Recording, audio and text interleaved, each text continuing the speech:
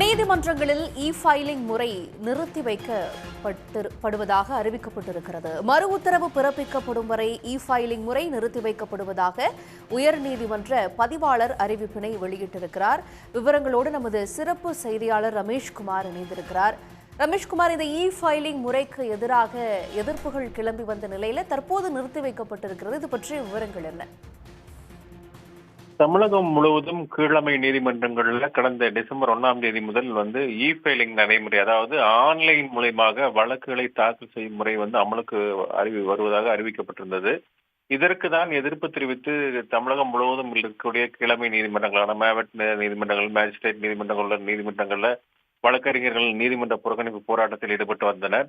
குறிப்பாக சென்னையிலும் இது போல போராட்டங்கள் என்பது தொடர்ந்து நடைபெற்று வந்தது. சென்னை உயர்நீதிமன்ற வழக்கறிஞர் சங்கம், பெண் வழக்கறிஞர் சங்கம், அதே போல தமிழ்நாடு பாண்டிச்சேரி வழக்கறிஞர் சங்கங்களின் கூட்டமைப்பு என பல்வேறு அமைப்பினர் இதற்கு எதிராக போராட்டங்களில் ஈடுபட்டு வந்தார்கள்.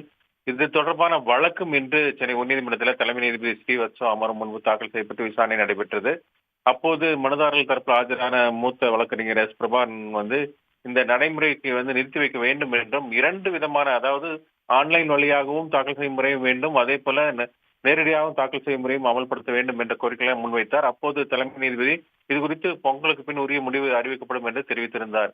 இதை தாண்டி நாளை ஜாக் என்று சொல்லக்கூடிய அந்த வழக்கறிஞர் சங்கங்களின் கூட்டுக்குழு சார்பில் சென்னை உயர்நீதிமன்ற முற்றுகை போராட்டமும் அறிவிக்கப்பட்டிருந்தது. இதனால் தமிழகம் முழுவதும் பல்வேறு மாவட்டங்களிலிருந்து நூற்றுக்கணக்கான வழக்கறிஞர்கள் சென்னையை நோக்கி பயணம் செய்து வருகின்றனர் போராட்டத்தில் பங்கேற்பதற்காக.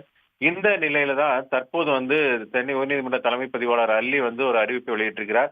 அந்த அறிவிப்புல சென்னை உயர்நீதிமன்ற தலைமை நீதிபதியினுடைய ஒப்புதலோடு இந்த இ-ஃபைலிங் நடைமுறை மறு உத்தரவு வரும் வரை நிறுத்தி வைப்பதாக அறிவிப்பு என்பது வெளியிடப்பட்டிருக்கிறது. இதையடுத்து அந்த வழக்கறிஞர்கள் போராட்டம் எல்லாம் கைவிடப்பட்டு நாளை முதல் அவர்கள் பணிக்கு திரும்புவார்கள் என எதிர்பார்க்கப்படுகிறது. என்றால் இவர்களுடைய கோரிக்கை என்னவென்றால், வழக்கறிஞர்களோட சங்கங்களுடைய கோரிக்கை என்னவென்றால், அதற்கான கட்டமைப்பு வசதியை முறையாக கொண்டு வரப்பட வேண்டும், அதற்கான ஊழியர்களுக்கு உரிய பயிற்சி அளிக்கப்பட வேண்டும், இரண்டு விதமான நடைமுறையும் இருக்க வேண்டும். அதாவது ஆன்லைன் மூலமாகவும் தாக்கல் செய்யும் முறையும் இருக்க வேண்டும், நேரடியாகவும் வழக்கு தாக்கல் செய்யும் முறையும் இருக்க வேண்டும் என்பதுதான் இவர்களுடைய கோரிக்கையாக இருந்தது. நாங்கள் முழுமையாக இ-ஃபைலிங் நடைமுறை எதிர்க்கவில்லை, இந்த இரண்டு நடைமுறையும் இருக்க வேண்டும். குறிப்பாக தமிழக நீதிமன்றங்கள்ல அந்த கட்டமைப்பு, கட்டமைப்பு என்று சொல்லக்கூடிய அந்த ஃபைலிங் செய்வதற்கான கட்டமைப்பு முறையெல்லாம் அமல்படுத்த பிறகு இதை அமல்படுத்துங்கள் என்ற கோரிக்கை தான் அவர்கள் வைத்தார்கள். இந்த நிலையில் தான் தற்போது அந்த அறிவிப்பு என்பது வெளியிடப்பட்டிருக்கிறது.